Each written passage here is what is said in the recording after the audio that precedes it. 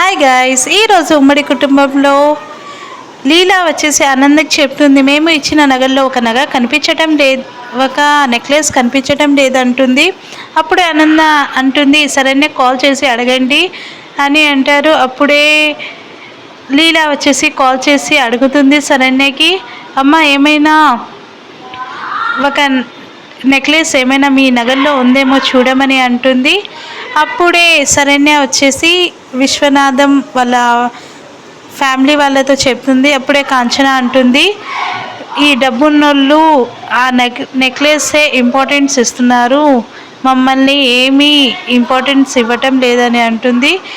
ఈ engagement cancel చేసేద్దామని అంటుంది. అప్పుడే విశ్వనాథం అంటాడు, కాంచన నువ్వు ఆగు, ఎందుకు నువ్వు మాటలు సరిగ్గా మాట్లాడవు, ఏమంటే అది నోరికొచ్చిందనలా చెప్పేస్తావు అంటాడు. అప్పుడే కాంచన అంటుంది, డబ్బు ఉన్నోళ్ళ అందరూ అట్లాగే చేసుకునేటప్పుడు మంచిగా ఉంటారు. అప్పుడే ఒక నింద వేసేశారు, నెక్లెస్ కనిపించటం లేదని, మన పాప కన్నా ఆ నెక్లెస్ ఇంపార్టెంటా అని అంటారు. అప్పుడే శరణ్య వస్తుంది, ఇప్పుడు వాళ్ళు చూడమని అన్నారు, ఏమైనా తీసుకున్నారని అంటుంది.